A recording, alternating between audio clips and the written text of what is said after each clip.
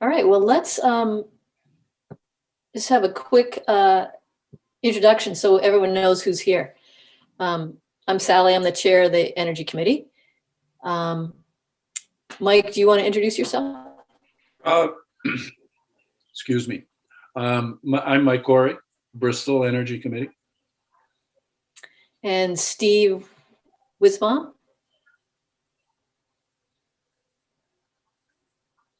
You can say something if you want, like who you are. Sally was reached out to me to see if I could offer anything, any advice or encouragement or ideas for spreading the Mo Electric message, and it turns out that I've been doing that for 4 years, both just as the Northeast sales rep for a company that sells electric lawnmowers called Mean Green Mowers, which is the mowers that how I know Jay uses. And I was doing that for 4 years, and then they were purchased by DR Power, which is owned by Generac, and they have a dealer network, and I kind of knew this was going to come at some point. And they didn't need my services anymore. So now I'm just doing this, because I believe in it, which is why I got into it at the beginning. It just was nice, the prospect of making a little money from it.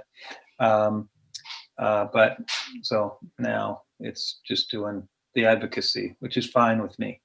So yeah. Great. Thanks. Maybe we'll go to Jay, since you just sort of introduced Jay's name anyway. Hello all, I'm Jay Thomas, and I own and operate Bear Mountain Mowing, and I've been doing all electric mowing in Addison County I'm going into my 6th year now. So like Stephen said, I've been using the Mean Green equipment all that time, and big fan of the electric mowing. Great, thanks for showing up. Let's see, we've got a couple people from solar, 3 people maybe. Chris Cadwell. Yes, hi, I'm Chris Cadwell with Green Peak Solar, here to present to you all an update on a project that we're proposing in Bristol. Very, very excited to be back. Thanks for having us. Sure. And Nathaniel? Sorry, Even though it says Lindsay? I'm on my wife's computer. It's got a little better webcam. Anyway, I'm Nathaniel Van Dyke, Chris's business partner and co-owner of Green Peak Solar. And as Chris said, we're here to talk to you guys about a solar project we've proposed in Bristol. Great. And Troy Parody. Oh, he's in the dark now. Well, I keep getting booted out of every room in my house. So I'm now in room 3, hopefully the last room. Hi, I'm Troy Parody. I'm a village dweller. I have a couple houses in the village, so I'm interested from just a personal standpoint about how to be better to the environment and do something for my own properties, but also as a member of the board of the Bristol Rec Club. We mow a lot of grass in town frequently. So I just feel like we should be as part of the town. We should also be educating ourselves about what we could always do better there in the big picture of things. And Porter Night also probably echoes both of those things from me. Yeah, go. Thank you, Troy. Go ahead, Porter. I'm just here as a public citizen. My lawnmower is getting old, and the person who mows my lawn is getting older, and he's not, he's graduated from college and probably won't mow my lawn anymore. So I might have to mow my own lawn or hire somebody to mow my lawn. And so if I'm going to replace my mower, I thought this would be an interesting conversation. So just here to hear. Great. Thanks for coming. And Ralph, I don't know who you are, but feel free to pipe in and tell us who you are if you want. I'm just here to learn. Great. welcome. All right, let's go ahead and start. Steve, if you want to start your presentation about electric lawn mowing and the benefits and challenges and all that. So I'm going to screen You share. want to screen share? Yeah, I'll screen share. I've never done So that let me make sure I've before, got you. but Let me, let's see. Trying to, well, I think I might be able to do it on my end, right? Or do you have to let me? okay. I don't need to help you. I mean, I don't have to most say, okay, disabled you can do it. So, okay, you do need to, I'm disabled. So Yeah. you need to, Yeah. you've disabled participant screen sharing. So Oh, you I need see. to Security. I try got it it right again. here. There you go. Yeah, All right. you should be able to do it now. So here we go. So can everybody hear me?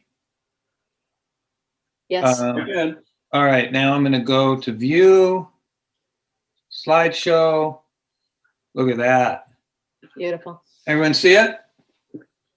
Yeah, Yep. great. Yep. So this was as you can see from the bottom, this was a PowerPoint I did at VCAN back in 2019. My company, Eco Equipment Supply, is where you see that logo. So anyway,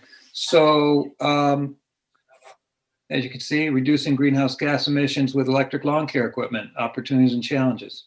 So I'm going to just buzz through this very quickly. It's not that long, but the thing that really struck me when I got into this was just I had a sense that there was a lot of fuel being burned and a lot of CO2 emissions, but until I started to do some look at the numbers, it really hit home. Just what a huge opportunity there is for reducing greenhouse gas emissions through changing lawn care practices.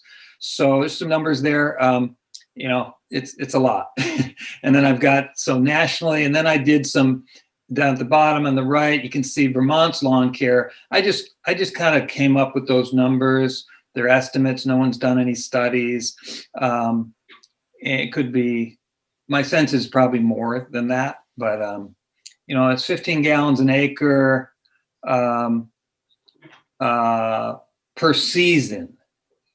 And that's figuring about 23 mows. And so it's really important to think about the difference between commercial lawn mowers and residential lawn mowers. And when the term commercial refers to any lawnmower that these like high horsepower mowers that you see contractors use, municipalities, rec departments, public works departments, those mowers that are 24 to 36 horsepower, usually they're either sit down riding or you can ride on the back of them, stand on mowers like Jay has. And then there's some also walk behind mowers. It looks similar to the old country home, the DR mowers, those brush and field mowers, but the heavy duty ones.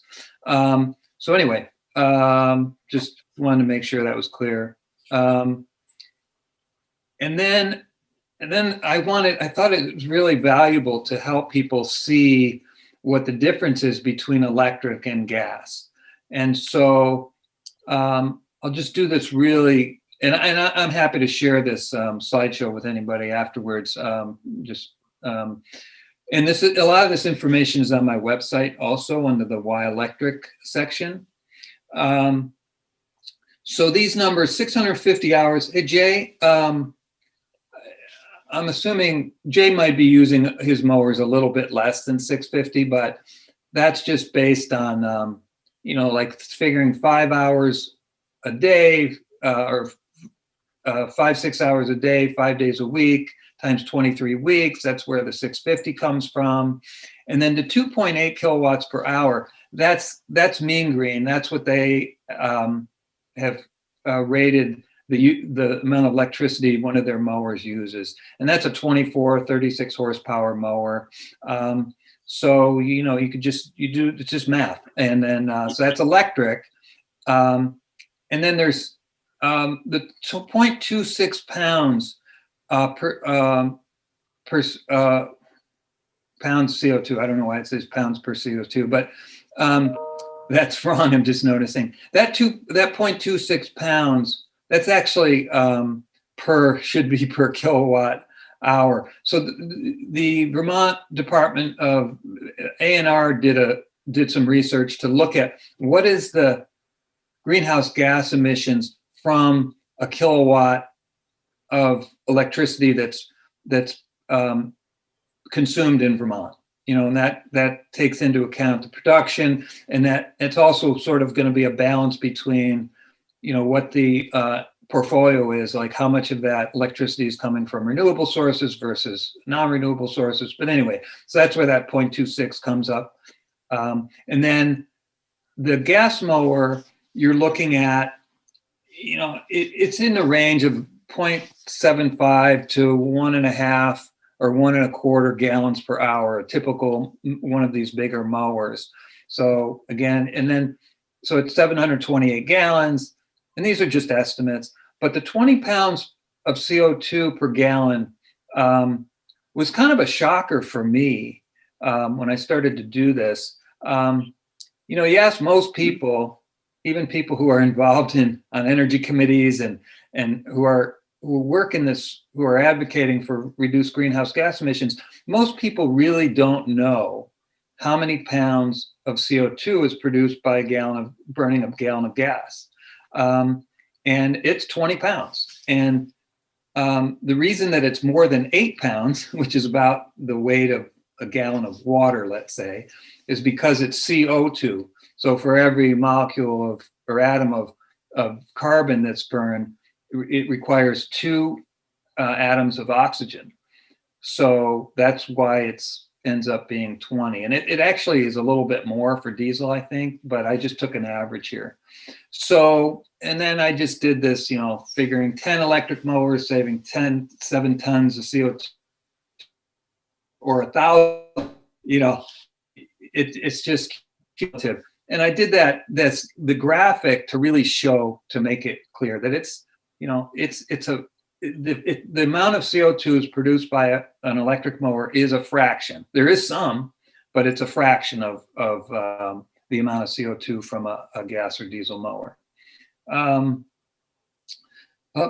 Okay, so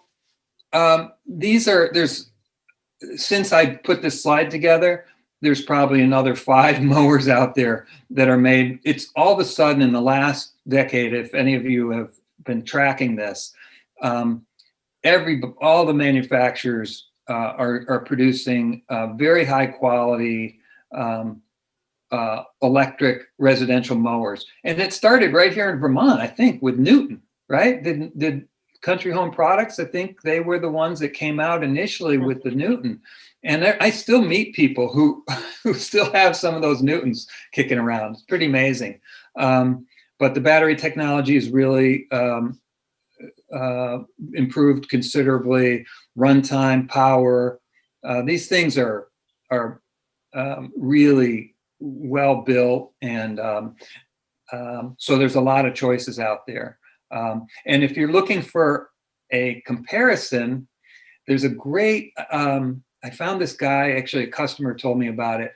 He's online, he has a YouTube channel, and it's something Army, and he does these wonderful comparisons of different technologies, electric blowers, electric mowers, and he's funny. I highly recommend it. And what he comes out with, the ego seems to be pretty high performance, but I have the steel, I like it. But most of these are going to work well for most people. And they're in the $150 to $650 range. And then these are the residential riding mowers, as distinct from commercial riding mowers. And the one on the left, the American Power Products, they've been threatening to come out and introduce theirs for years, and I don't know what's going on, but it's still, I don't think it's out yet. The Ryobi is available from Home Depot. I know a couple people who own them and they're happy with them. They're nothing like, you know, they're a little slower than the Mean Green, but, and then I don't even know if Troy-Bilt's still making theirs, but, and Mean Green has they call it a prosumer model, but it's called the NXR. I sold very few of those because it's a $13,000 mower, and it'll do 2.5 acres on a charge, but for a lot of people, that's just too much money to spend, unless they're sharing it. And I'm happy to talk about that if there's time. We're doing that in our community. We're sharing a Mean Green mower. And in the last 5 years or so, there's been a real explosion in the availability of robotic mowers. Has anybody on this meeting seen one of these or know anybody that has one? So it's the one that I bet started. Porter will have one soon. The Robo Mower was the first, I think. And the woman that publishes the Green Energy Times, you're probably familiar with that publication, comes out monthly or quarterly. She's become, I think she's the sales rep for them. But basically it works just like, I don't know, does anybody on the meeting have a robotic vacuum cleaner? No? So it's the same concept. Basically, you have a charging station and it knows to go back to the charging station, and you have to set up a perimeter. They work different ways, but usually you're setting up a line very similar to an invisible fence. And it mows like a couple times a week because it's not going to mow. It's not going to mow more than an inch at a time or so. I don't know exactly, but you don't have to do anything. It does it itself. The woman, the publisher of Green Energy Times, said she hadn't mowed her lawn in like 2 or 3 years. You know, anyway, there's a lot of choices out there for those as well. Then there's a lot of these handheld tools. And what's interesting to me, as difficult as it was to interest contractors that use conventional lawnmowers to switch to electric, in part because they're so expensive. But I have we'll talk about the difficulty of that later. But many contractors are now switching to electric hand tools because they're finding that they work just as well or better than the gas-powered equipment, and they don't have to worry about ethanol, vibration, fuel spilling, odor, emissions.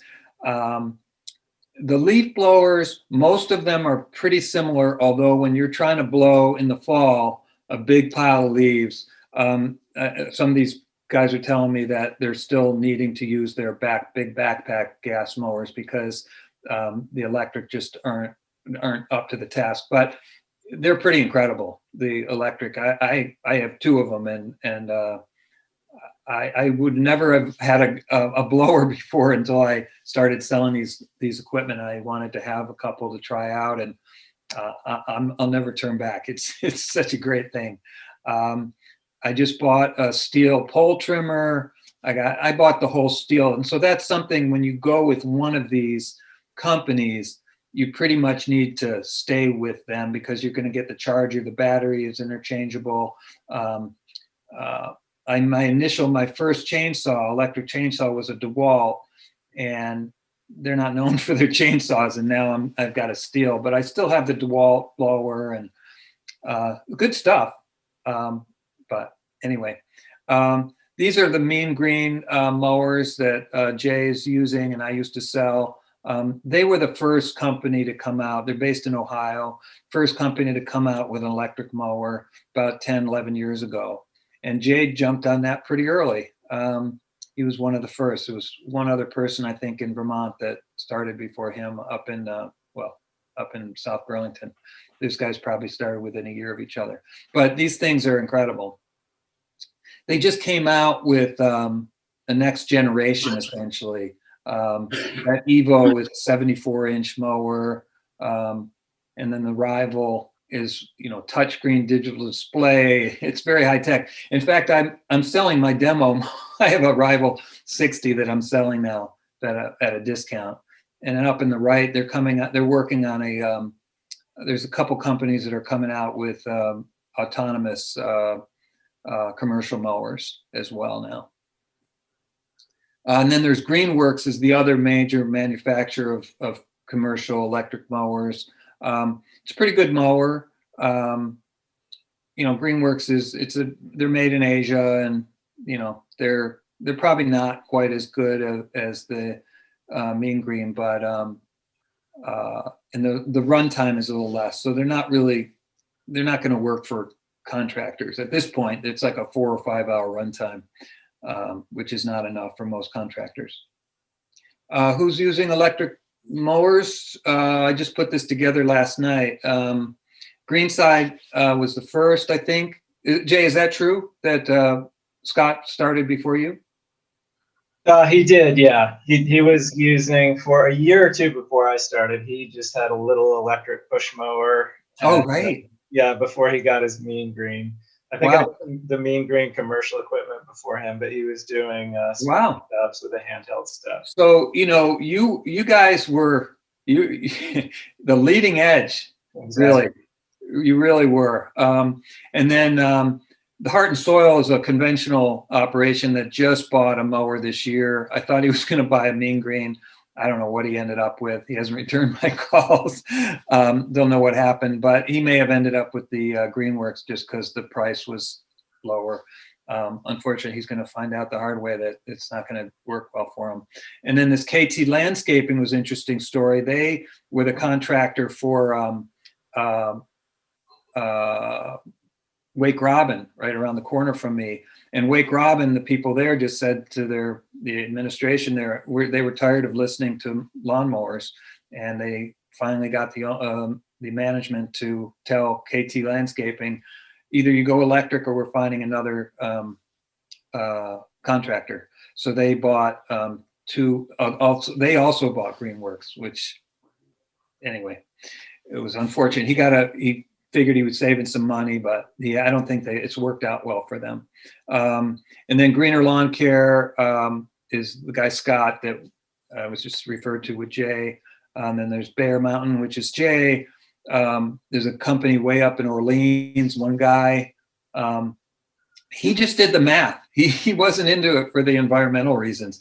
He just did the math, and he realized it was going to save him money. And he bought a Mean Green mower probably two or 3 years ago. And then there's a guy in Windsor who used to work for Sun Common. Tim Roper. Some of you may know him. He just started last year. And then this Zen Lawn and Garden in Waterbury area, they were just using a push mower, but I don't know what they're doing now these days. And then in terms of who's using these mowers in Vermont right now, and I'm just mostly familiar with the ones that bought Mean Green. There may be some more that are using Greenworks, but so Burlington Parks and Rec now owns 3 mowers.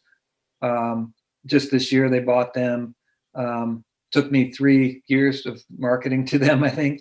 Burlington Electric Department bought one right after they created, or as part of their incentive that I'll talk about. My homeowners association has one that we share among 16 residences. Vermont Department of Forest, Parks and Recreation up in the Northwest bought a Mean Green a couple years ago. And then there's a farm. There might be a few others around. I can't, but there's a pretty good number now. I figure there's about 30 commercial electric lawnmowers being operated in Vermont. And that is up from about, one when Jay started. When was that? What year was that, Jay? That was 2016. 2016. So in 5 years, we went from 1 to 30. Pretty amazing. And then here's just some pictures I just threw together. Top left was I was doing a demo for the Vermont Parks Department. They put an order in. I mean, once people see these things, like, oh, okay, this is a real deal. Dartmouth did the same thing, did a demo, put an order in within a month. The guy there looking on that stand-on mower, that's Churchill Landscape, Greener Lawn Care. Guy on the right is a homeowner. Guy on the left, second to the bottom, he's an old homeowner, just bought that mower this summer. Picture of the stretched out photo of the solar panel, that's Burlington Electric Department. Another homeowner. Me at the Warren Parade. Anybody go to the Warren Parade in the last few years?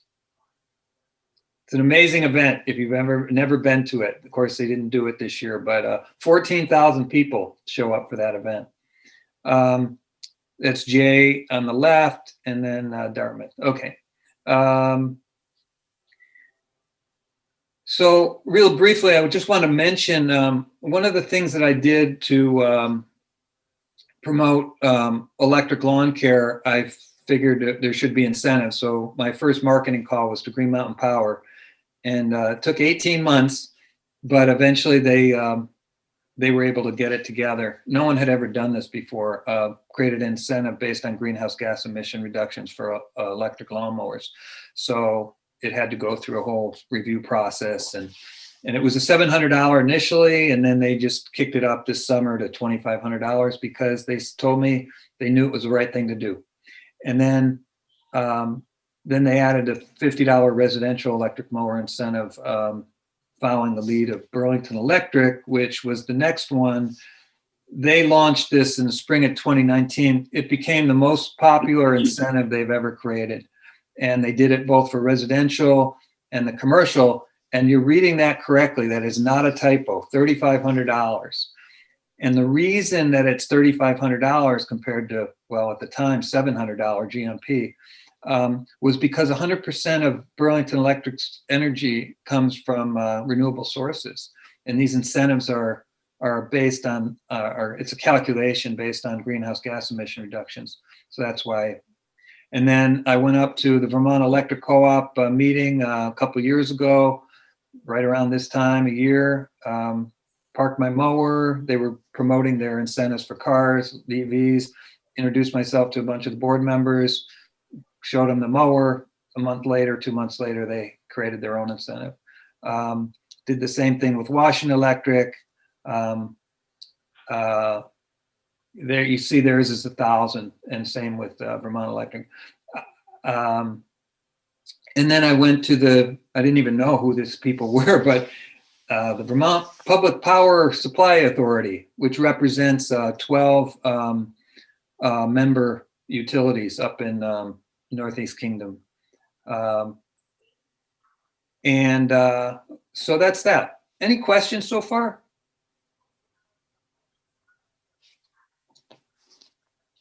No questions? Okay. So one of the things that struck me when I first became this Northeast rep for Mean Green, I came into it with, as I go into most things, with a certain amount of unrestrained optimism, pathological, I guess, naivete, whatever. I thought this would be really easy. This is Vermont. But I really wasn't that tuned into the mowing industry, the lawn care industry, in terms of how much mowers cost. And immediately I started to realize that this was going to be a lot harder to do than I had thought. And so these are the reasons. Bias and skepticism, you can just, I don't need to go through this. There was just a lot of reasons. Including people don't really know, even among people, I was surprised, even people who are supportive of, are aware of, take climate change seriously and are trying to do things in their own life. it just, there was sort of a blind, the idea of lawn care just didn't seem to be that important. That's changing, fortunately. People like Sally calling me and saying, hey, let's talk about this. Then there's institutional barriers, big, the fact that these mowers cost 25% to 300% more than a conventional mower, that's a big lift. Even though the operating costs are so much lower, and it's a little even harder here in the Northeast because the savings in operating costs are based on the number of hours the mower is running. And if you're only mowing and for half the year or less than half the year, then you're only getting half the operational savings as you would if you lived in a climate where you're mowing 75% of the year or maybe even 100% of the year down in Florida. So that's an issue. The incentives are nice, but $2,500 off a $24,000 machine, it's tough. But people are doing it. And I've actually, because of that, I went to VSECU and asked them if they'd create a low interest loan program, which they did, which helps a little bit. I've actually made a suggestion to the legislature, people at the Climate Council, that they consider doing a reduced sales tax to make it basically revenue neutral. We'll see where that goes.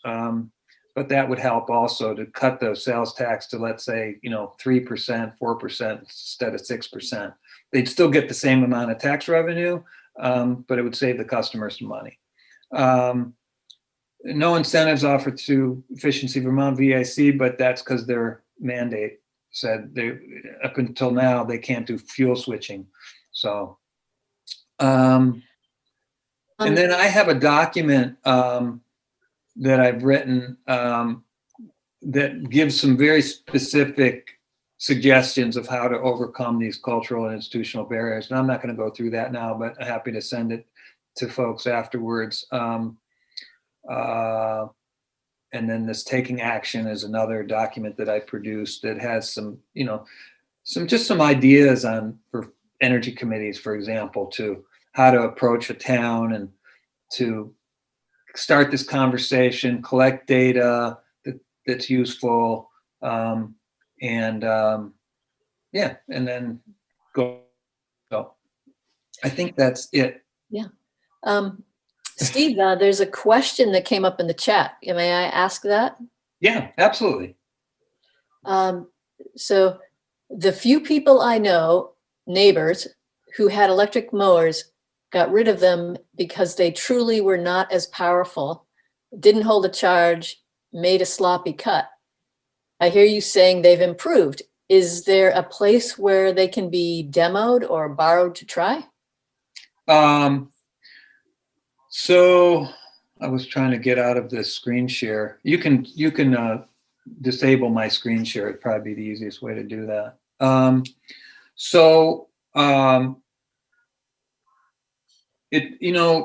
I guess the question would be, it'd be good to have some more information. Are we talking about these push mowers? Or are we talking about the riding mowers?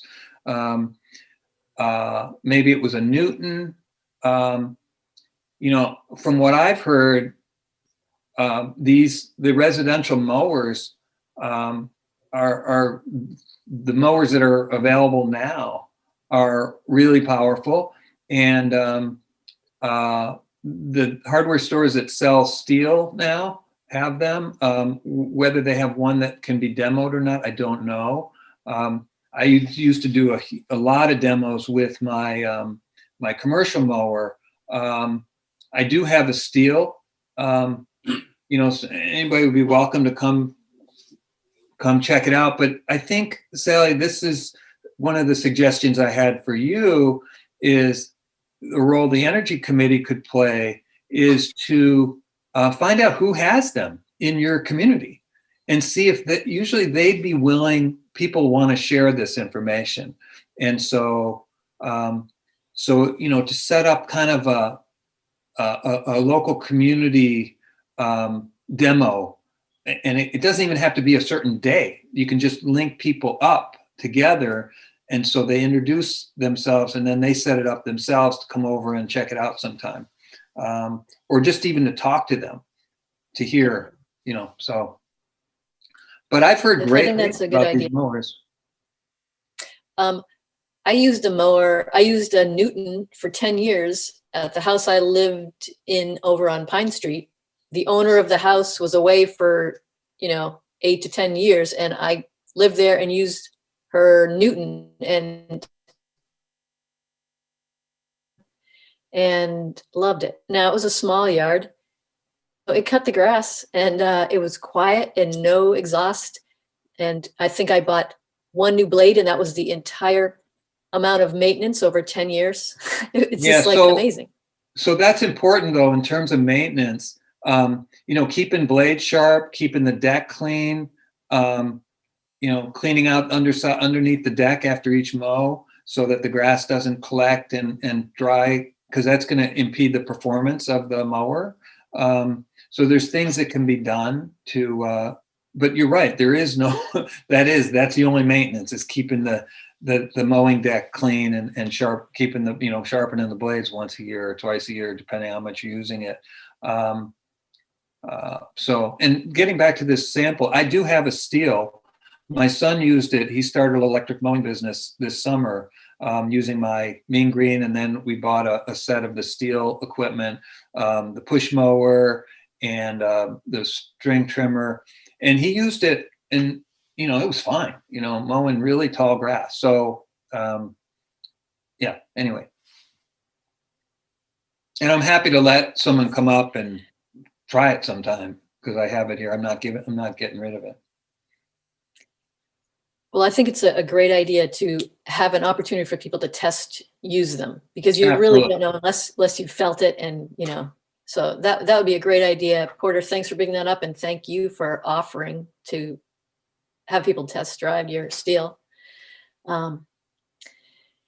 So any more questions about electric mowers at this point? Jay, do you want to say anything about your experience being a contractor for being a person who mows 1 million lawns with one of these mowers? Yeah, I'd be happy to. And first, I just want to make a quick point to Porter's question. As far as the residential push mowers go, it's very similar to the gas mowers that are out there, in that you get what you pay for. There are a lot of really low priced electric mowers out there. And even when you get into the higher priced units, you're also looking at a great balancing act, and you have to kind of identify what characteristics are important to you. I don't say I only like to mow my lawn every 2 weeks. So you might be looking then at a mower that's more powerful, but as a result, it might have less runtime. Or you might want a bigger cutting deck, or you might want self-propelled, and all of those things, will decrease the battery life. That said, you can also get into the machines like the steel that Stephen mentioned, and that's pretty darn close to a commercial machine, and that's going to suit anyone's needs. But it's definitely going to cost more than a lower end unit at Home Depot, but it is going to do the job. So that's why it would be so important to offer some demos around here, get people trying them out, seeing how they feel, and really, again, just getting a good solid understanding of what characteristics in the mower are most important to them. As far as my experience, this is all I've known. I've mowed a lot of grass throughout my life, but I was never in the commercial mowing business prior to the electric mowers. So it's really all I know. And, I'll admit there's definitely been some downsides to it. Even my commercial machine, if I get into a foot tall, really wet grass, it's going to struggle, but it will go through it. But as far as 98% of the properties and conditions I mow in, it's just amazing. The cut quality is comparable to a commercial gas mower. And at the same time, I'm not listening to the noise all day, or breathing in the fumes, or dealing with gas, or any of those things. simply go mow all day, and I get home and I plug my mower into the charger right on the trailer, and it's good to go for another 7 hours the next day. So it's a great way of life. And the way I got into it is going through struggles with my old gas mower on my own property, just not starting, mixing gas and smoking. And so it was a great jump. There's so many less headaches to go with the electric mowing. The maintenance is a lot less. The operating costs are a lot less. Obviously the CO2 emissions are a lot less, and just the amount of nasty fumes you're breathing is a lot less on your body as well. Does anyone have any more questions for That's Jay? great. I just wanted to add about follow up on Jay's comment about the different qualities of these mowers. It is very true. You get what you pay for. And what I found with the steel, for example, they have a lot of different options in terms of like battery capacity. And I've just learned from using like battery powered tools that whatever the biggest one that's available is going to be, you know, the one to go for, and just spend a little extra money. And the thing about the steel, the set that we got, the battery, it's the higher end battery, and it can be used in the mower. In the mower, you can actually put 2 in there. So if you need extra runtime, but that same battery is used for all the other tools too, like the string trimmer and the chainsaw, and I bought a pole pruner. They all just work on the same battery, one charger. And these batteries, I was amazed at how fast, like these batteries charged. I'm used to charging, you know, cars, and you know, even with a level 2, you're looking at 4 or 5 hours probably. You know, of course, it's a car versus a string trimmer, but you know, 15 minutes batteries charge. Now I got another 45 minutes, hour of charge time on a with a chainsaw. I mean, it's just crazy. But as Jay mentioned, you know, the steel is a bit pricier than the other equipment out there. But I've talked to a number of people who have the Ego, and they're happy with it. And I had this idea, this crazy idea that maybe I'll follow through, but of being able to setting up this like open source review website for electric lawn care equipment.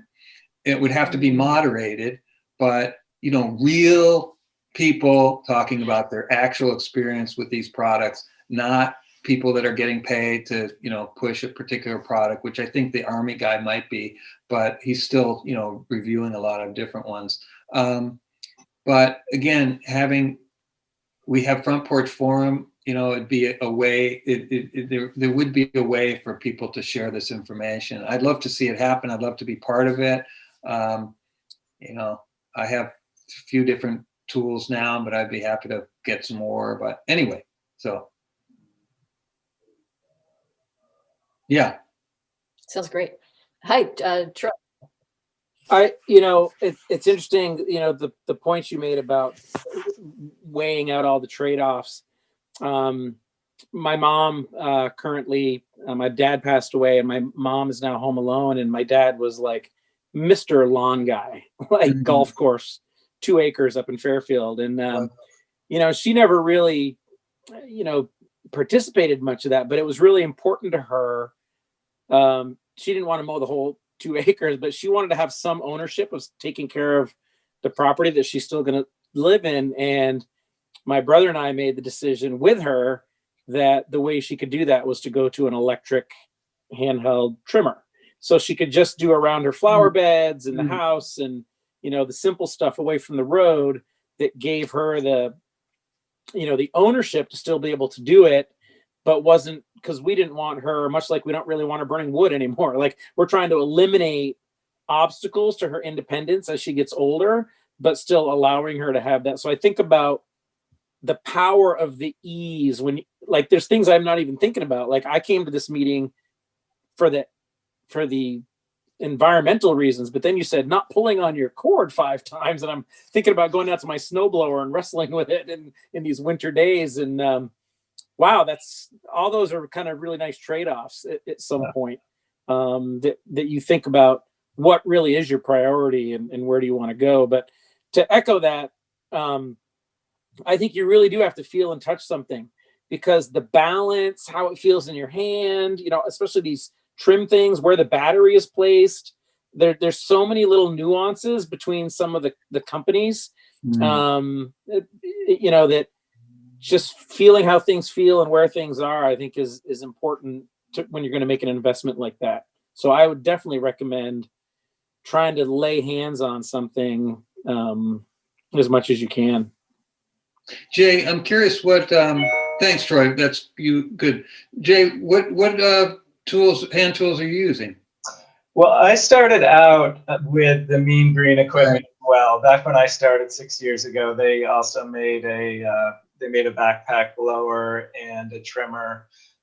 So I started with those. The trimmer has a really large, well, it's not really large, but the battery does require you to wear a backpack to carry it around. It weighs about 12 pounds, so it's not that bad.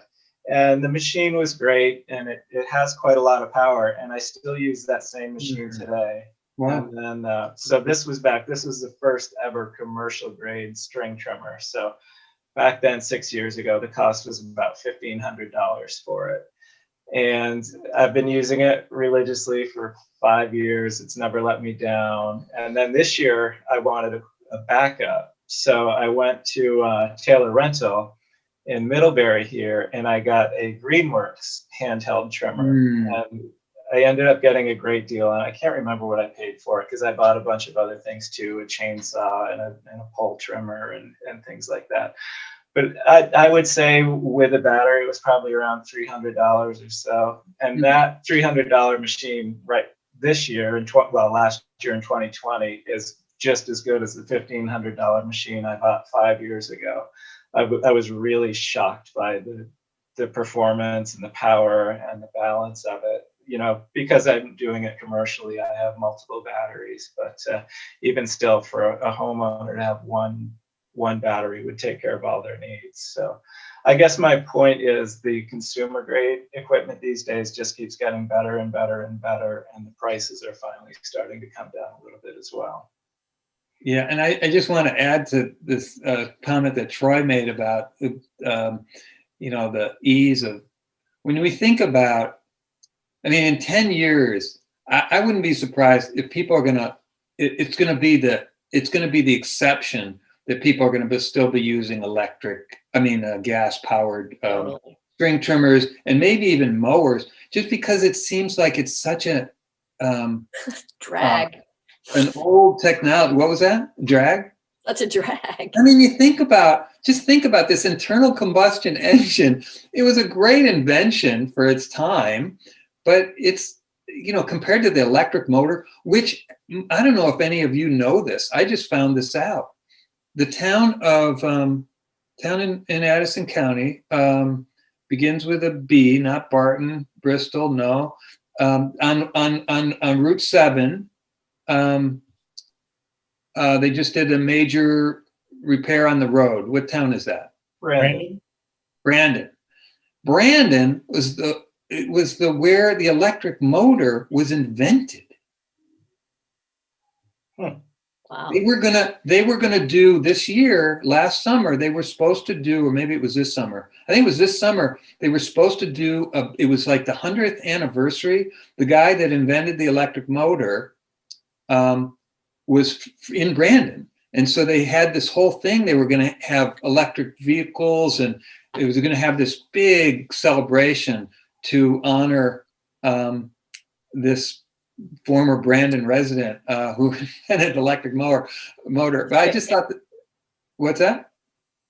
I just said that's great. I thought you were done. Yeah. So anyway, But go ahead. I think that's where things are moving, and the idea of using, for me, like using I don't do a lot of chainsawing, but the little bit that I do, I was so glad to finally get rid of my gas chainsaw, because it's just such a pleasure to use an electric chainsaw compared to, and that's true with mowers. I was on a Kubota mower, diesel mower for many years before I got my Mean Green mower, and it's just a whole different experience. Am I allowed to ask a Chris? question? I'm here. Absolutely, to present. Chris. Okay. Go for it. Jay, you've had commercial. It sounds like the Mean Green machines for a long time. Have you replaced a battery yet on any of those machines? I'm sorry, go ahead. And just like, do you anticipate that you will change the battery before you swap out the whole machine, or what? Like, how do you think about that as a sort of consumable? Yeah, when I purchased a machine, and I think they still say this now, is that the batteries are good for an average of about 8,000 hours. Is that correct, Stephen? So it's 1,500 full charge cycles. So, and even then, it's only lost 10% of its capacity. Yeah. So 1,500, what's that? 1,500. Full charge cycles. So if you're getting 5 hours off of a full charge, 5 times or 6, times 1,500. So that's where the 8,000 to 9,000 hours or more comes into play. So these batteries are going to last for a very, the mowers and the batteries themselves. The mowers are built really strong too. So, they're just going to go and go and go. See, most time, again, it's such a different paradigm. Most people that run conventional internal combustion engine mowers have to change those out every 3, 4, 5, 6 years because everything starts. There's so many things that can go wrong with them: fuel systems, cooling systems, drive systems. Not so many things. And so these mowers are gonna. If you try and find a used Mean Green mower, it's almost impossible because people just hang on to them because they just go and go and go. So it's a good question, though, and those batteries are very expensive. Those are, those batteries. That battery and one of Jay's batteries, it's a $3,500 battery. So and that price is probably going to be coming down over time, thanks to Elon Musk. But they are pricey. So, but they're going to keep going. I got to go in 3 minutes. Well, thank you so much, Stephen. Appreciate it. Welcome. Jay, did you have anything more you wanted to add to that? No, I just wanted to add that, basically by the time the lifespan of the battery is up, the mower is going to be ready to retire anyway, although there's not a lot of moving parts on it or things to go wrong, things that you're using on a daily commercial basis are just going to wear out after 7, 8, 9 years. So, luckily for me, the batteries just aren't a concern that I have to worry about. Well, I will just add to that, the other moving part besides the wheels are the electric motors, and those motors can be replaced. Like the blade motor is like for $350. Yeah, they're not even that much. Yeah, they're even less than that. They're two something. And then and you can replace it yourself. So easy. The drive motors are a little bigger, a little more complicated, but I've seen them replaced. They're not that big a deal. You just pull the motor off or the wheel off, and you jack up the back end and a couple bolts, and you take it out, unplug it. It's like, there you go. And even so, the drive motors may be more like $400. But those are going to just keep going and going and going. So theoretically, you could replace all 3 blade motors and the 2 drive motors for probably under, what is that? 6, I don't know, under $1,500 probably. There you go. If you even need to replace them. So these mowers are going to be around for a long, long time. Anyway, real pleasure doing this. Happy to do it again. Thank you so much. Happy to take questions later. Send that, that document that I mentioned. But Jay, great seeing you. Congratulations on your going into your 7th year and going into 6. 6. Yeah. Great. Well, pretty soon we're going to hear from 2 guys who are going to be talking about generating the electricity for those There you mowers. go. And I may be investing if that's the Chris. project in Bristol. I was curious about it. So if that's a community Yeah. project. Anyway, thank you so much. That's a different one. No, That's a different one, but yeah. You're All right. welcome. Have a good night. so long. So long, everybody. Thanks. Yep.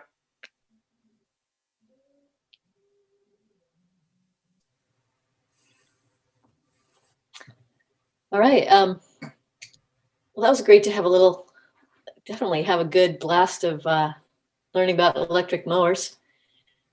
Does anyone have any other questions for Jay or anything else they want to say about electric mowing right now?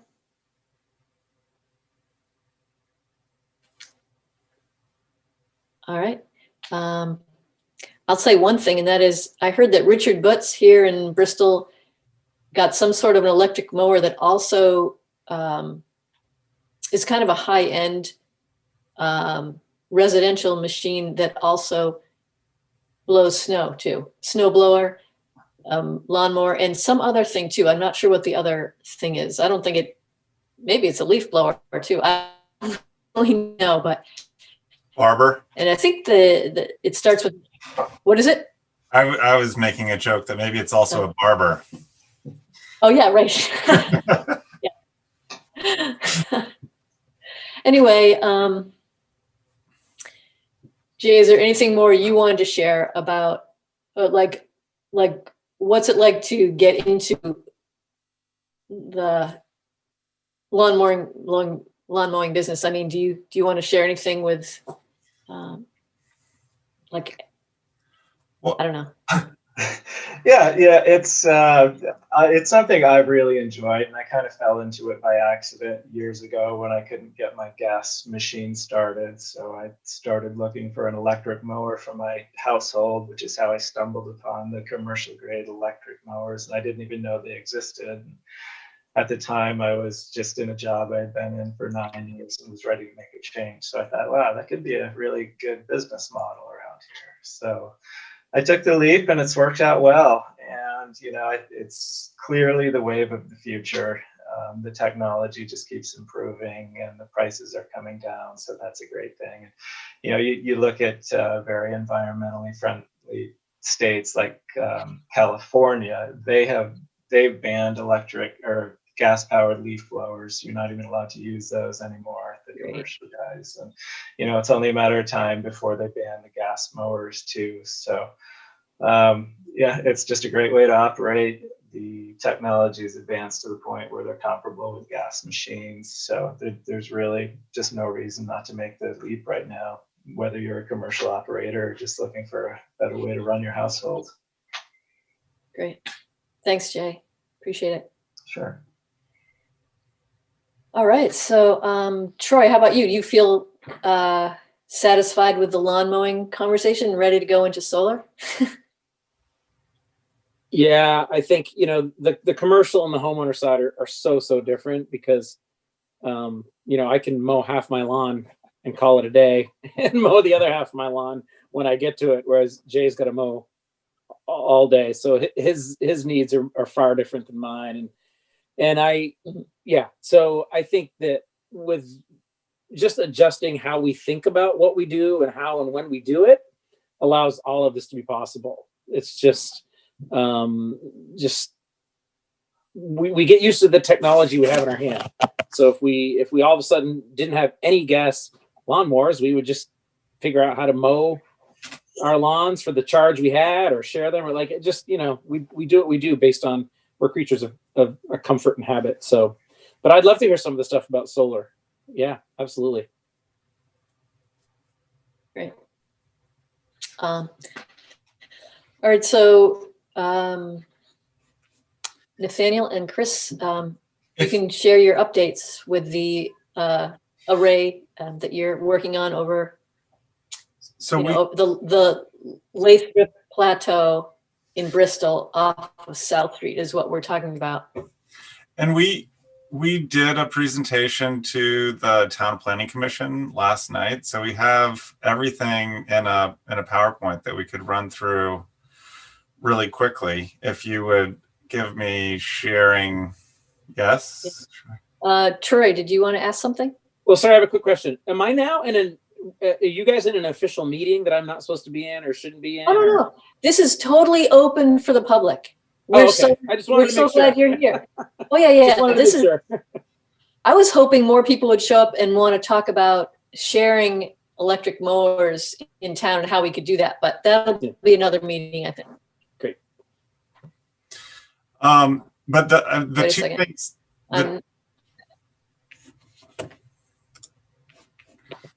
Okay, Let me try. Okay, cool.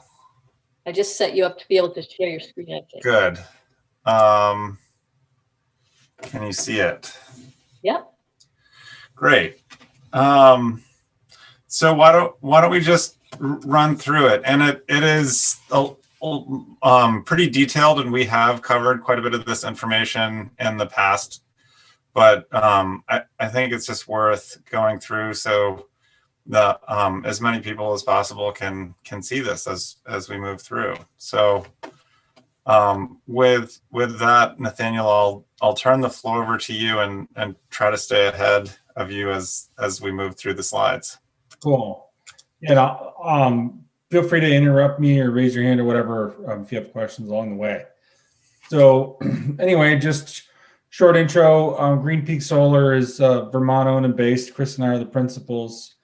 We're a renewable energy developer. We're also working on battery energy storage projects for the last couple of years. We work mostly with utilities directly, towns and school districts. We tend to develop projects on the larger size, which are more of a wholesale generator versus a net metering project. And in doing so, we've developed some of the lowest cost solar projects for Vermont ratepayers. So here's a map of where the project is located. Basically, you know, the center of the map where it says Bristol, that's the intersection right by the town offices. The project is located on a plateau. Basically, if you get on South Street and cross the New Haven, Cane Hill Road is kind of right across the road. It goes up to the top of this hill, and it's about a 20-acre field where the project is located. That's kind of tucked away. We've got some photos we'll show you in the next couple of slides. So there's a photo looking basically from Main Street, just east of town, looking across where the pump house is. The plateau is kind of on the other side of the river where the arrows are pointing to. So we feel like this is a pretty good location from an aesthetics perspective because there's the, this is obviously leaf off conditions with snow on the ground. So it's really going to be your most impactful view shed. And it's even still, it's pretty, it's relatively screened from a screening perspective. And then the last one is from the Creamy Stand. So again, quite a lot of natural screening for this project, which is one of the most important attributes that we look for when we're looking for these projects. So project outreach, just a little bit of background. We started talking with the landowners about a year ago. At the same time, we recognized the town was going through an enhanced energy plan process. And we had some questions about this preferred site designation. This project is not net metering. So there is in net metering, the preferred site designation refers to a different rate class. We're selling directly to the utilities. So that's not necessarily pertinent to us, but we basically reached out to the town to see if there were any red flags with the project being, in its location outside of what the town was in the process of designating preferred areas. And at that time, the feedback we got was that, that projects aren't prohibited, that the planning process wasn't really dedicated towards identifying certain specific parcels of land. And it seemed like, based on the feedback we received, that, that we decided to pursue the project a little further. So throughout the summer, we spent time securing the contracts to sell the power, working with the utilities. We bid the project into an RFP, and we're the lowest priced bidder. And then we really started our outreach again this fall. We've reached out to all the abutting property owners next to the site. We've reached out to the town on a number of occasions. And recently we provided a 45-day notice, which is a packet of basically information discussing the project and, our intent to file a petition for a permit with the certificate with the Public Utility Commission.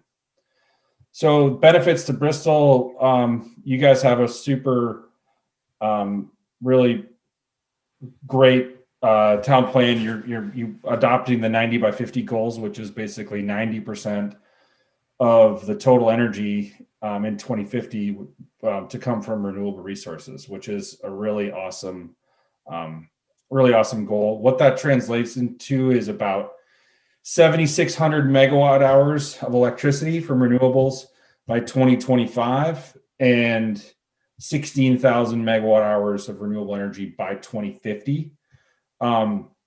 Based on some publicly available data, my estimate and what you guys were having the town plan is, I think it was, you're at around 3,600 megawatt hours today.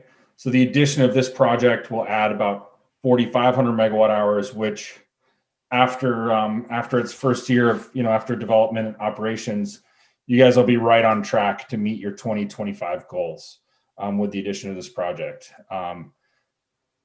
We'll talk about the structure of the project a little bit, but other benefits. Last time, I think, Sally, we had quoted it was 11,000 in property taxes. That's just the municipal portion. There's an additional 8,000 that would go towards the education fund. I don't know if you guys all notice on your tax bill, there's your municipal bill, and then there's the education fund. So we just wanted to give the total number. We're also proposing an energy storage project right next to the battery to basically leverage some of the shared infrastructure. It's a really great place on the grid to have energy storage, and it would help to add reliability. And really that's consistent with the draft town plan, which talks about, if larger projects are done, that there should really be a component of battery energy storage. And that's been something we've been working on, some standalone battery energy storage projects in Vermont, which we're really excited about as well. Again, we talked about the preferred location piece. Again, it's not it's preferred, but it's not prohibited in this location. We also feel like this site is really consistent with a lot of the other proposed siting criteria in the town. And we could talk about that in a second when we get to the site plan. Lastly, we talked about this with the Planning Commission specifically last night, is that one thing towns are often really interested in is visual screening. Because, as you can see from these projects, there's pretty significant natural screening. We haven't proposed any screening for this project, but one request which the Planning Commission asked was that, could we basically revisit screening after the project is built in the event that, there's some areas that we didn't anticipate, can we add some screening later on? And so just like really any other comments that folks have, we really want this to be a collaborative process. We think that's a great idea. We're going to basically, in our certificate of good filing, we're going to make that commitment to work with the town of Bristol to do that site visit. And really, we're open to feedback on anything else. And then one of the other things that's come up that we talked about sounds like there's some recreational use of this property, at least as a kind of gateway to some of the wooded areas further east.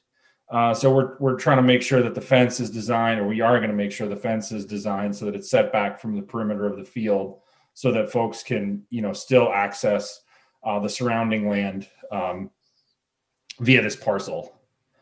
So this project is not a net metering project, and what that means is it's more akin to a wholesale project. We'll actually sell all the power and the environmental attributes, the RECs, to Vermont utilities. So that process came out of what's called the Standard Offer Program, which is an annual RFP run by the state to basically give out power purchase agreements to the lowest price projects. And this one was actually the lowest priced bid in 2020 RFP. And so we'd be selling power at just under 9 cents kilowatt hour, which is pretty close to half of what the current net metering credit is.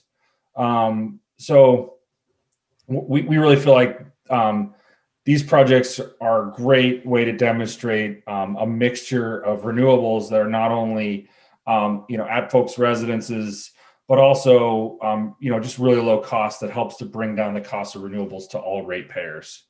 So this is not a project where it's community members have to subscribe, but everybody as a Vermont ratepayer, will be basically, this project will be added into your fuel mix as a renewable generator, and it'll help to keep your energy prices low and hopefully actually reduce energy prices over time. We already talked a little bit about the battery, but basically battery is it's relatively straightforward use case. As we see more and more solar coming on, we're also seeing peaks shift away from the daytime hours when the solar is producing. So having a battery at this location really adds the ability to use that battery to target peak hours as they shift away from daytime. And that also helps with reliability, reduces transmission charges. As we see electrification of mowers, EVs, heat pumps, we're expecting load to grow. And by having a battery that helps to keep those peaks low, we really are trying to save and defer transmission and distribution system investments. So we're really excited about the battery project as well. Lastly, we also are considering opportunities for dual use agriculture, planting pollinator friendly seeds. Currently, the field is in corn. And so, we feel like reclaiming it, planting it with pollinator friendly seeds will be a great start. And then we're also really open to other ideas around, grazing practices with sheep, kind of et cetera. So we're pretty interested in the dual use opportunity. And then certainly we only mow it once a year, Jay. So I don't know if it gets pretty long. Usually they're brush hogged more than mown, but I love the idea of not having a gas powered mower out here. I think that'd be pretty cool. So this is the site plan. As you can see, we're taking up pretty much most of the 20-acre field. The battery energy storage is located in the top left. We'd be accessing both projects off of Cane Hill Road. So using existing road off of South Street. So no new driveway, no new curb cuts off of the existing road. There'd be some traffic during construction, obviously, but afterwards, really quite minimal. These projects are monitored remotely 24/7. Really, it's maybe once a quarter somebody goes out and does preventative maintenance, or you roll a truck to go check a fuse that the alarm, some preventative maintenance like that. So quite low traffic. Other great attributes of the site, we already talked about it, the visibility, really trying to reduce glare, sound to any nearby residences. We've done all of our environmental studies, had consultations with the Agency of Natural Resources. There's no wetlands. We're out of the floodplain. We're out of the river corridors. Really, from an environmental perspective, the site doesn't have a lot of impacts. No necessary wildlife habitat. And then for the agricultural soils, we're going to be committing to the Agency of Agriculture's requirements to basically stockpile all prime ag soils on the site and then reclaim them based on soil horizon when the project is done. And the project will have a decommissioning letter of credit that's required from the Public Utility Commission, so that basically secures our commitment to that reclamation. So if something were to happen and the project were stopped making money, it's not, and Chris and I are all gone or whatever, there's money that's at the Public Utility Commission to secure, to make sure that this project will be decommissioned and the land can be returned to what it's used for today. Lastly, we're proposing it's not that unique anymore, but somewhat novel for Vermont anyway, technology. It's called a single axis tracker. So it looked relatively similar to a fixed tilt system that you might see regularly, but with the exception that the rows tilt east to west throughout the day. And so what you can see here, this is an example 2.2 megawatt project that's a single axis tracker. The inverter is in the middle, and then each of these rows rotates east to west. And then down in the lower right, you can see this is what they look like up close, and they rotate around the torque tube where the red arrows are. So, and by using the single axis tracker, for us, it's the most cost-effective way to get the most electricity production out of the land use. So our goal is always to try to increase our energy density, and we recognize the importance of land in Vermont, and so we really try to do our best to make sure we're going to squeeze as much energy out of it as we can. So that's it, Sally. That was We gave you the full presentation. Yeah, we did. I figured there's new folks on the line, so Awesome. eventually you'll get sick of us. And That's great. I learn more every time. And Sally, I know that you and your committee was really interested in learning specifically around the benefits to Bristol, because the energy is going to all Vermonters. Yeah. We spent a little bit more time learning more about the Bristol specific 90 by 50 goals. So, I mean, to the extent that you guys have questions about this slide specifically, happy to go into more detail as needed. Can I ask a couple questions? Yeah, totally. Troy. I tell me if I'm out of bounds, because I'm not on the energy committee or on any town committees. So I just speak as a interested resident and taxpayer. But I know that we've talked about at the rec club, solar power. We can't really put it on our property. We thought about putting it up on the grandstand on the roof, which is probably something much smaller than what you guys do. But we were trying to figure out a way to sort of make our property, we don't use a lot of electricity, and we're a nonprofit. We really just exist for the benefit of the community. So we're just trying to figure out how to make ourselves almost net zero, right? If we put, 20 solar squares on top of the grandstand and fed it into the meter or the net, wherever, in essence, could we almost be, net zero? But the other thing we've talked about, and I'm sure the Energy Committee has talked about this, is we really should have some charging stations for cars around town. We're a big tourist town. Quite a bit of the year, and a lot of people come through, especially in the fall, come through for weddings. And as more and more people come in with electric cars and don't have the infrastructure like a resident would have, how do we get some either at the rec club, so while they're playing tennis or doing something on the grounds, or at the park? How do we potentially take a project like this and could we potentially ask the town to earmark those property taxes for chargers for cars? Could that be? I don't know how that works. I am so glad you're here asking these questions, Troy. We've tried to get chargers in town for the past 3 years, and for different reasons, it's fallen through. We're going to try again. But the idea that you're bringing up is maybe you want a charger over there near the Bristol rec area or something. That's another great that's a great idea. So I'm definitely going to be thinking of how we can do that. And I like your idea of some of the taxes going into that. That sounds great. That might be a way to do the money thing for the town. We're also going to talk to GMP and see what their latest incentives are and see what they can do. And I'm working with the CEAC, which is the Climate Economy Action Center. And we're hoping to get another round of some good deal on chargers for towns in Addison County. So that's another project that's coming up. So it would be great to stay in touch with you to see, if Bristol Rec wants to be a part of that, especially if you're going to get an electric mower. Well, I just think about all these things, you guys, Green Mountain Solar, have you done any of those projects where they literally build over the parking lots, the giant, I guess they're carports is what I would call them. Yeah. the Yeah. elevated solar field, like our high school parking lot is sitting in the sun 12 hours a day.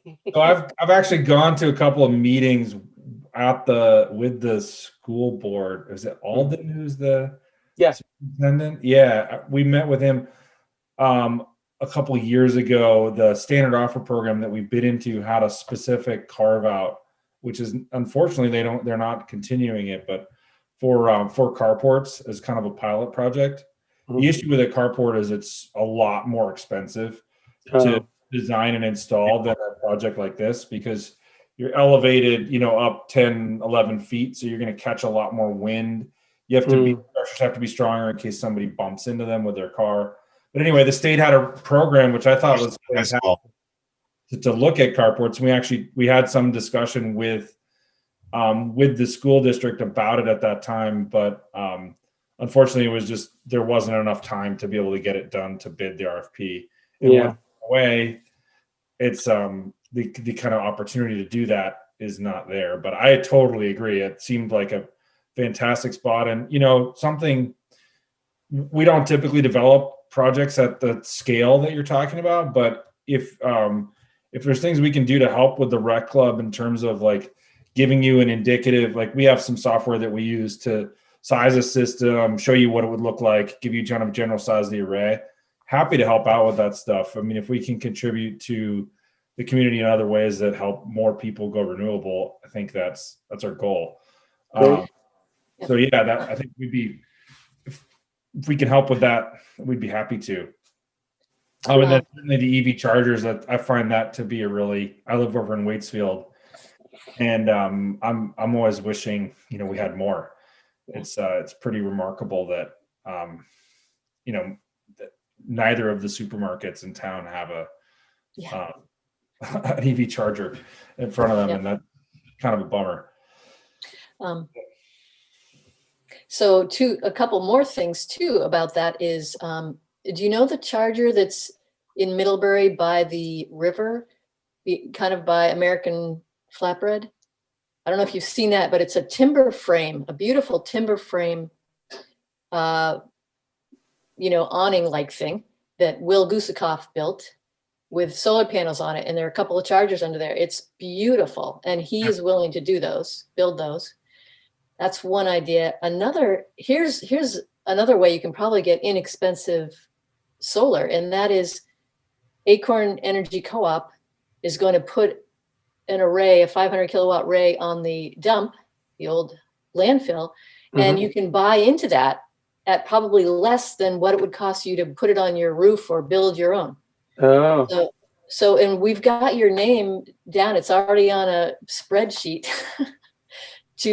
we're going to talk to all the nonprofits in town and all the residents and all the churches and businesses to see who wants to subscribe, because it's, we just don't have I haven't got the paperwork from them yet. It's not quite ready, but hopefully within a month we'll be, sending everyone in Bristol an opportunity to sign on to that, because Bristol residents will get first dibs as well as nonprofits and that kind of thing.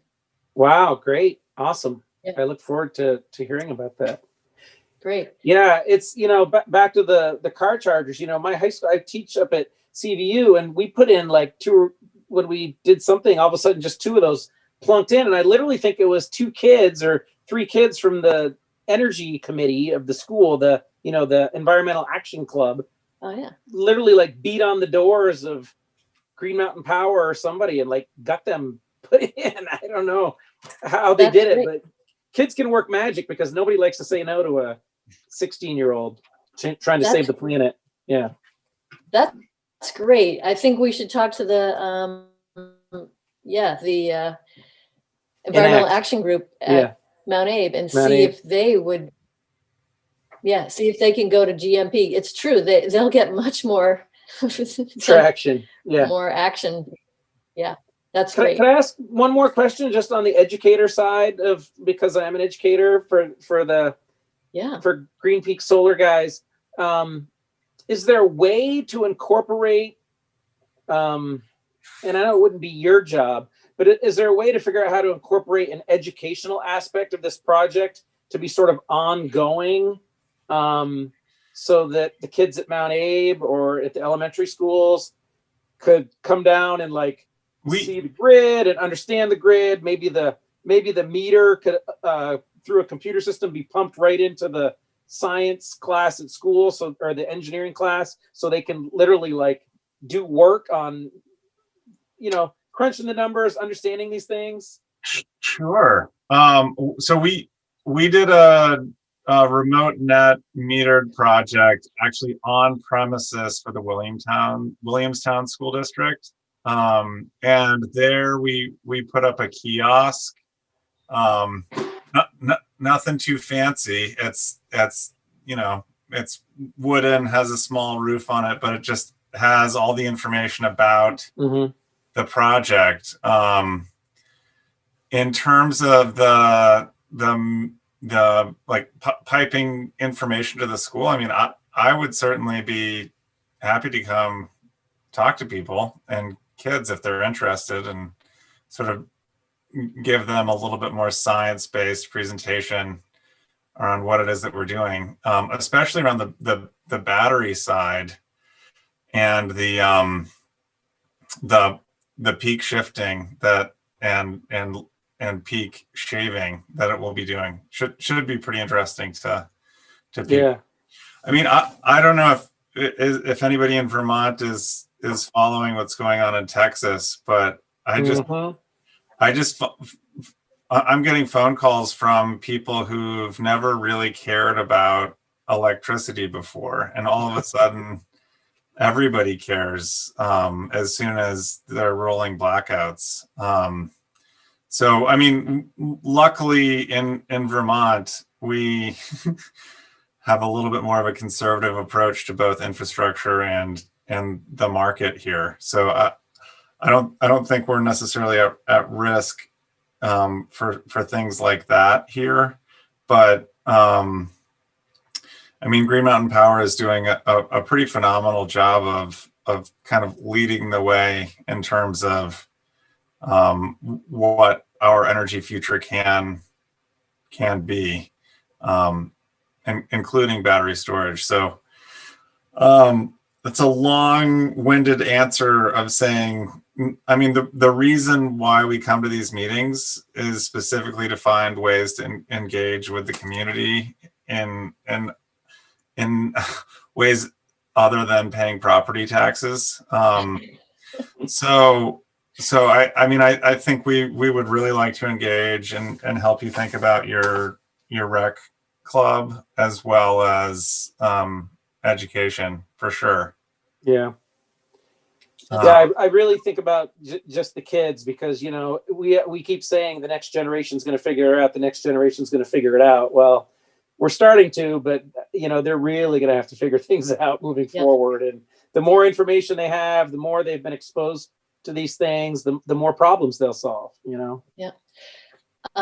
Troy, you're reminding me of what you kicked out. What Acorn Energy Co-op promised to do, and that is, since they're building an array right at the dump, which is right next to the high school, they said they could wire something into. Could you let Nathaniel back in? I guess his internet cut out for a second. Oh, there's Lindsay. It really is Lindsay. Oh, yeah. Hey, everybody. Sorry. Yeah. Momentary lapse in internet resulted in a quarantine, a non-COVID quarantine. We signed you up for 6 jobs. Don't worry. Awesome. You're teaching a class, actually. Yeah. So I'm thinking that this could be a nice mix between all of the solar folks, because Acorn said that they will somehow wire something into the school so that students could see in real time what's going on in the array on the dump. Yeah. But then, and then they could do something like walk over to the other array at the plateau there and see what's going on there. There could be all kinds of educational things around this, I think. Yeah, it's awesome. the more of that, the better. Yeah. Yeah. I have to go. And you know Oh, Okay. I have to go. I want to thank you all so much for taking the time and effort to put this all together. Yeah. Very helpful for me as a resident, but also as a person who organizes the rec club. And I'm always looking for ways to be involved in town. So I really appreciate everybody's effort. So thank you very much. And Sally, definitely Thanks, keep in touch with us about opportunities for the rec club I to get into that Thank site. you. Great. Thanks. Good to see you, Mike. Bye. Nice to meet you guys. Definitely. Cheers. Really good to see you, Troy. Bye-bye. Well, this has been a fun meeting. Oh, I can't hear you, Mike. You're muted. There you go. Yeah, I'm a retired educator here in Vermont, in Bristol, and we have a solar system here at home, and we have software. I shouldn't say software, an app, and we're able to download in real time what's happening with our system. At the commercial level, is there something similar where, as we talked about, being able to involve schools, where you just open up the app and you can see what each panel's being, how much they're generating, what did you do for a particular day, month, year, getting all the graphs and all that kind of cool stuff. Is that available? Absolutely, yeah. We don't monitor down to the panel level like you might on a residential structure, but we'll typically monitor to at least the inverter level, or in some cases, like sub-inverter level or string level, which would be kind of the smallest size might be 20 panels. But typically you're talking more like at the inverter level. So you're talking 100 kilowatts. But yeah, we absolutely have remote monitoring. And we'd be happy to make that like a website. How would we do we could provide a website that would provide access to the production data. It's not quite real time, but it's pretty darn close. We actually have a project that we own in Williamstown that's at the Williamstown High School. You were logged off, but I've already let them know. Oh, okay, cool. Yeah, so we provide them with that same data right from the website. So it's actually it would be really easy if Acorn's setting up a monitor, if we can help set up a monitor, if you guys wanted that, or if you just wanted to incorporate it in the classroom, like we'll absolutely make that happen. It's That's great. Yeah, it's totally shareable. Yeah, which is really cool because it'd be really interesting to see this project in addition to the I'm not sure what Acorn is proposing, but in addition to the single axis tracker, we're also seeing a real emergence in what's called bifacial solar modules. So instead of having glass on one side and a backsheet on the other side, glass on glass. So the cells can actually take energy from both the underside and the top side. And it's a relatively new, it's just a change in manufacturing process, but it's the combination of the tracker, which helps you shed the snow earlier, and a bifacial module, which helps you absorb light, create current, get a little bit of heat in the module to dump the snow. Mm-hmm. We think that a lot of the models are kind of under predicting the production. We're actually going to see this. My guess is that this will be one of the highest producing sites in the state. That's awesome. Well, I like that concept because I'm tired of climbing up there with a roof rake. Yeah. Yeah, this winter rather has been absolutely brutal. I drive by the town of Waitsfield has an array at our gravel pit, and I drive by and I get the emails from our system in Williamstown, and it's like the snow just with these cold temps doesn't melt, doesn't shed very well, but right. Do you think that the tipping will help it shed faster? Absolutely. Is it tip more than? Yeah, nice. Yeah, so your traditional fixed tilt array in Vermont is like between 25 and 30 degrees tilt. And these, and that would be oriented due south, right? So what a lot of people don't realize is like what in the summertime, the sun actually gets like to be more than overhead, right? So when the sun is almost more than overhead, you know, the angle of the sun coming on your array is not directly perpendicular. So these arrays being flat oriented north-south, they track the sun throughout the day like this, which is really cool. But because they tilt to 60 degrees 60 in either direction, they're able to shed snow a lot more easily. They're not like mechanically designed to be able to take 12 inches and just kind of shake it off. But when they're at that stow angle or that tilt angle, and when it's snowing throughout the day, they're going to shed, which is cool. Yeah. Yeah, that's great. Neat. Yeah, great stuff. Cool. Yeah, really good. I'm so glad you guys showed up tonight. It was good to hear this again and have a new, slideshow to put out there for people to look at. And cool. And it was very concise, compact. Yeah. Right. We had a little practice from last night, so. Yeah.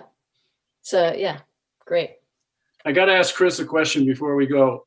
Sure.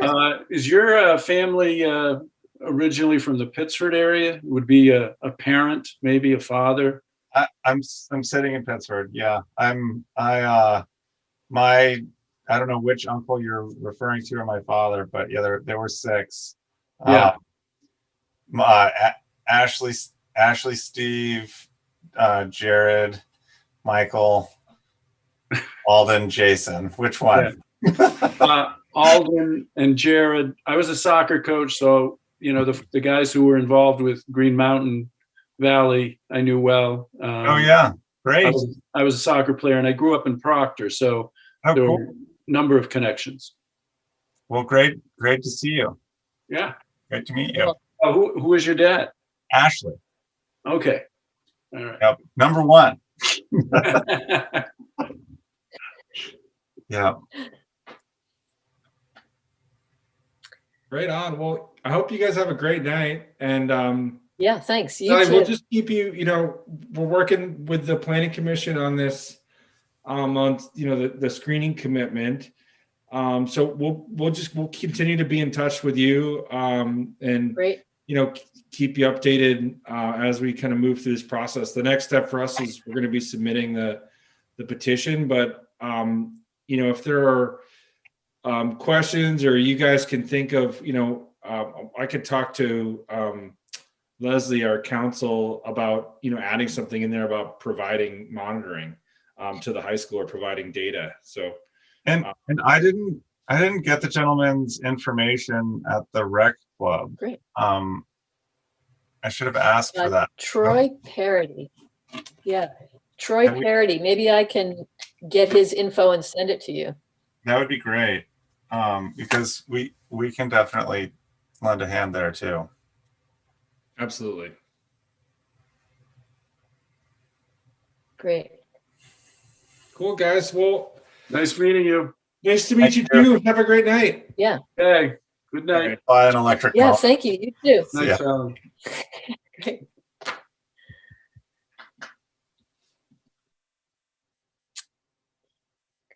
Hey, Sean, we're going to close up now. Thanks so much for recording, and have a good night.